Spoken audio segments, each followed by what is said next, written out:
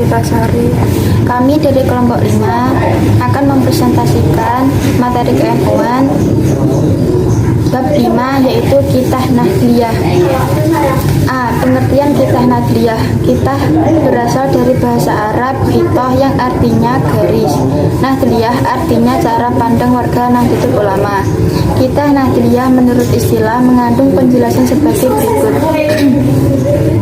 1. Kitah Nahdlatul Ulama adalah landasan berpikir, bersikap, dan bertindak warga Nahdlatul Ulama yang harus tercermin dalam tingkah laku perseorangan, dalam perilaku organisasi, serta dalam proses pengambilan keputusan.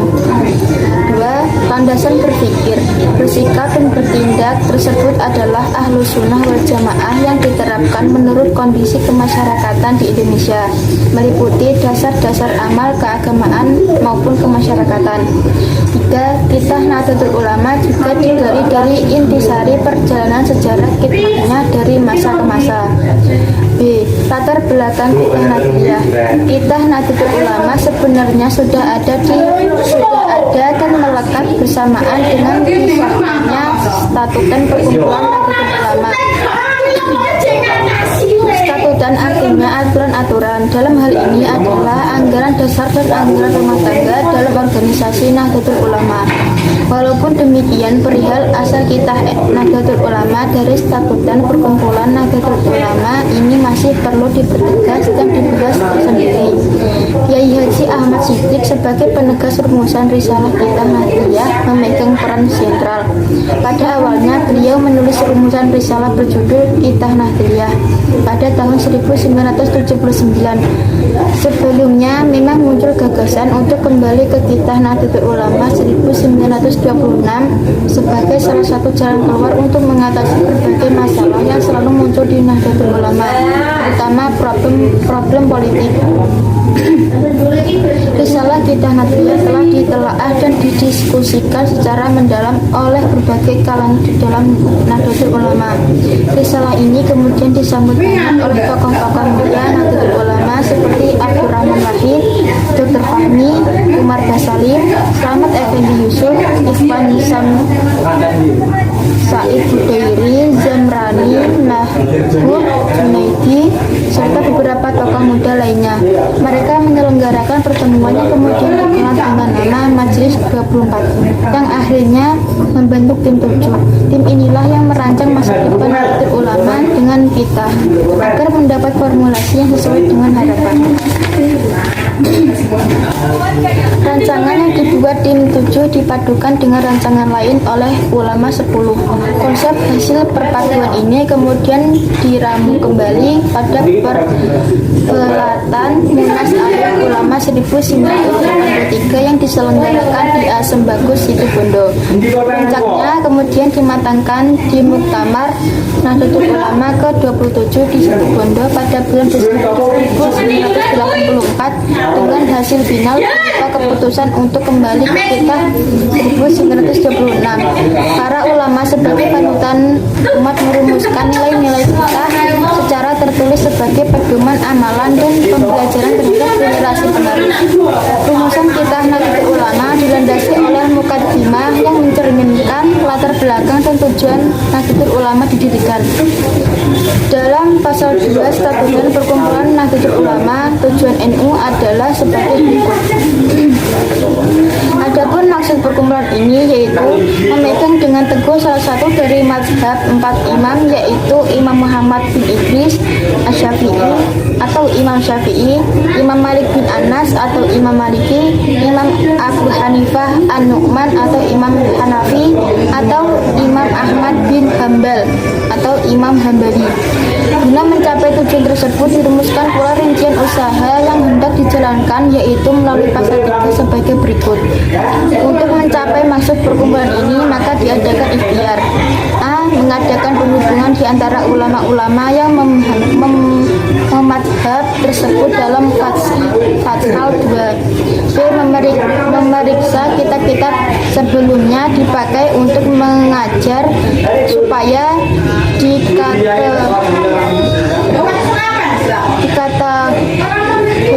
apakah itu daripada kitab-kitabnya. Ahli Sunnah wal Jamaah atau kitab-kitabnya ahli bid'ah. C. Menyiarkan agama Islam di atas mazhab sebagai tersebut dalam Fatsal 2 dengan dijalankan apa saja yang baik. D. Berikhtiar memperbanjakan madrasah-madrasah yang berdasar agama Islam. E. Memperhatikan hal-hal yang berhubungan dengan masjid, langgar-langgar dan pondok-pondok, itu juga dengan hal al-walja, anak-anak yatim dan orang-orang yang fakir miskin.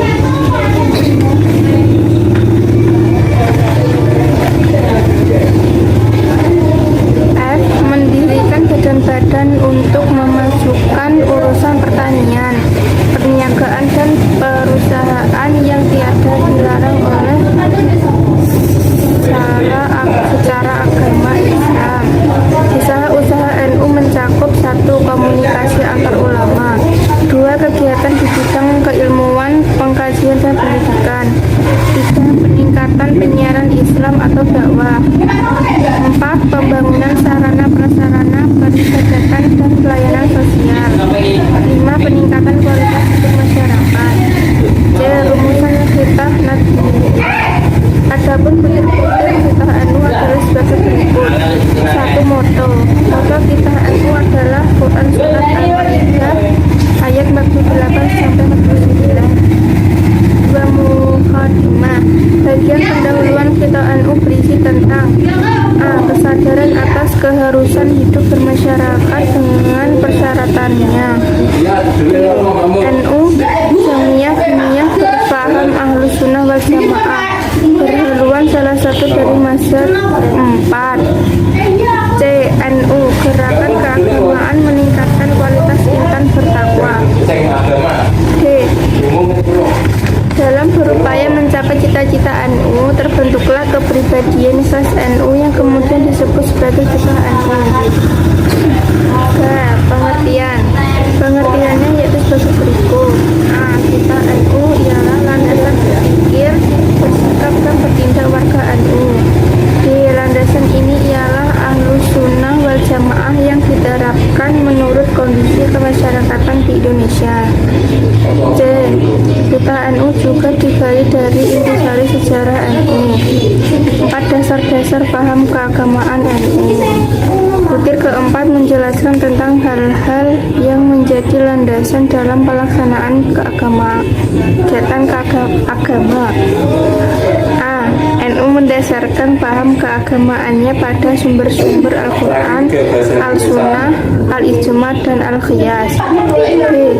NU menggunakan mazhab jalan pendekat. 1. Di bidang akidah mengikuti paham Ahlus Sunnah wal Jamaah yang dipelopori oleh Imam Al-Asy'ari dan Al-Maturidi. 2. Di bidang fikih mengikuti salah satu dari mazhab 4. 3. Di bidang tasawuf mengikuti antara lain Imam Baghdadi, Imam Ghazali, dan Imam lain.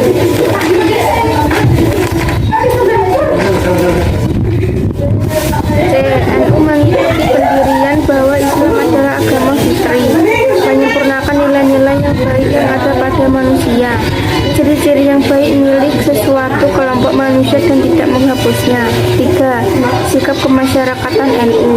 Butir ini menjelaskan tentang dasar-dasar menumbuhkan sikap kemasyarakatan NU yang berdirikan A. Sikap tawasud dan i'tidal. Sikap ini mempunyai pokok sebagai berikut. 1. Sikap tengah, berintikan keadilan di tengah kehidupan bersama. 2. Menjadi kelompok panutan, bertindak lurus, bersifat membangun, tidak ekstrem. B. Sikap tasamuh mengandung pengertian. 1. Toleran di dalam perbedaan pendapat keagamaan. 2. Toleran di dalam urusan kemasyarakatan dan kebudayaan. C. Sikap tawasul sebagai berikut. 1. Keseimbangan dalam berkhidmat kepada Allah. 2. Berkhidmat kepada sesama manusia dan kepada lingkungan hidup. 3. Keselarasan antara masa lalu, masa kini, dan masa depan. D. Amar ma'ruf nahi munkar sebagai berikut. 1. Kepekaan untuk perbuatan baik. 2. Mencegah hal yang dapat merendahkan nilai-nilai kehidupan. 6. Perilaku yang dibentuk oleh dasar dan sikap kemasyarakatan. A. Menjunjung tinggi norma-norma agama Islam. B. Mendahulukan kepentingan bersama daripada kepentingan pribadi. C. Menjunjung tinggi sifat keikhlasan, berhikmah, dan berjuang. D. Menjunjung tinggi ukhuwah, ittihad, dan saling mengasihi. E. Meluhurkan akhlak karimah, menjunjung tinggi kejujuran atau al-sidq dalam berpikir, bersikap, dan bertindak. F. Menjunjung tinggi kesetiaan kepada agama, bangsa, dan negara. G. Menjunjung tinggi amal atau kerja dan prestasi sebagai bagian dari ibadah. Menjunjung tinggi ilmu dan ahli ilmu. I. Siap menyesuaikan diri dengan perubahan yang membawa manfaat bagi kemaslahatan manusia. C. Menjunjung tinggi kepeloporan, mempercepat perkembangan masyarakat. K. Menjunjung tinggi kebersamaan di tengah kehidupan berbangsa dan bernegara. 7. Ikhtiar yang dilakukan oleh NU. A. Peningkatan silaturahmi antar ulama. B. Peningkatan kegiatan di bidang keilmuan. C. Peningkatan kegiatan penyiaran Islam, pembangunan sarana-sarana peribadatan dan pelayanan sosial. D. Peningkatan taraf hidup dan kualitas hidup masyarakat. 8. Fungsi organisasi dan sikap kepemimpinan ulama di dalamnya. A. Menggunakan organisasi dengan struktur tertentu untuk mencapai tujuannya.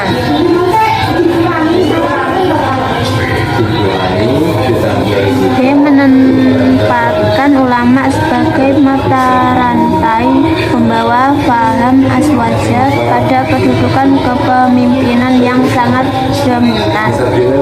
9. Nahdlatul Ulama dan kehidupan berbangsa.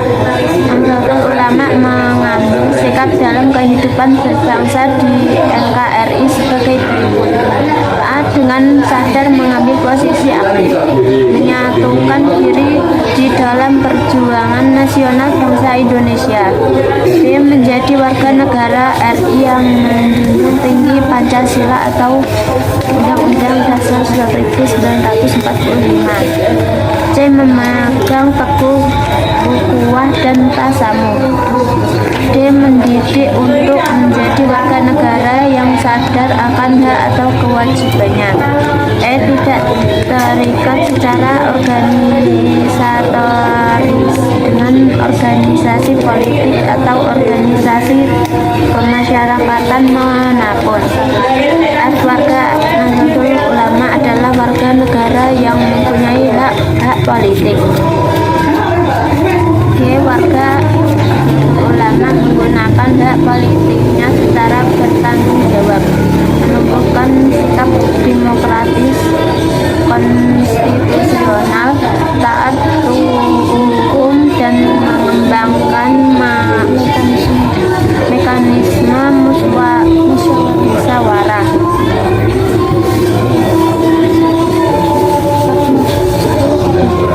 10. Karena kita NU ditutup dengan pernyataan sebagai berikut. A. Kita NU merupakan landasan dan patokan dasar.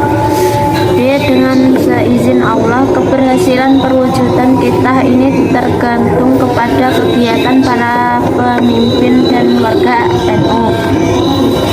C. Jamiyah NU akan mencapai cita-citanya dengan melaksanakan titah ini. D.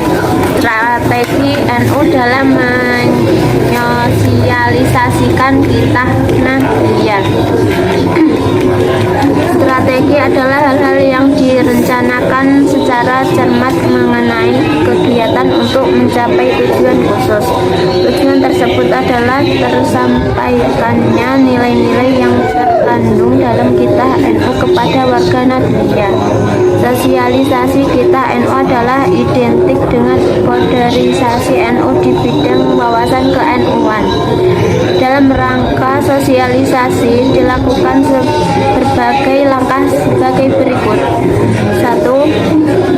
Pemberian wawasan tentang Kitab Nahdliyah dalam berbagai kegiatan pengkaderan warga NU. Kegiatan tersebut seperti pada kegiatan-kegiatan IPN, IPNU, IPPNU, IP Ansor, dan lain sebagainya. 2. Sosialisasi yang bersifat eksternal. Kegiatan ini dilakukan oleh para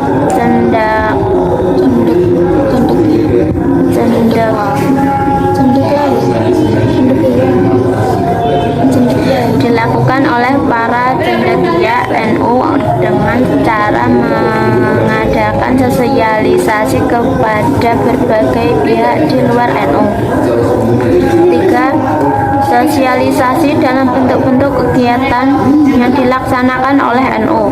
Sosialisasi ini berupa keteladanan yang ditunjukkan oleh para elit NU dalam berbagai kegiatan yang bersifat insidental ataupun rutin. 4. Sosialisasi dengan mempraktekkan Kitab Nahdliyah secara langsung dalam kehidupan sehari-hari.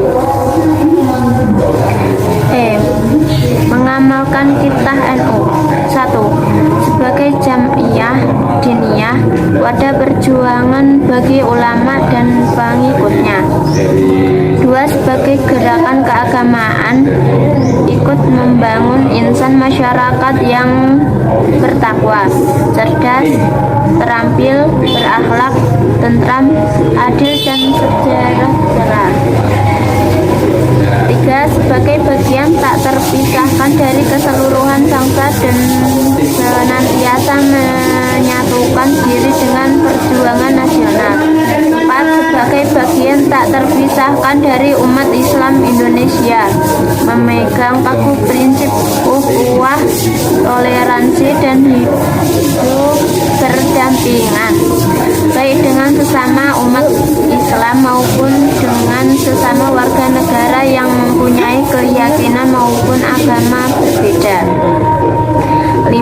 Sebagai organisasi yang mempunyai fungsi pendidikan, NU senantiasa berusaha menciptakan warga negara yang menyadari hak dan kewajiban. Sekian dari kelompok kami. Wassalamualaikum warahmatullahi wabarakatuh.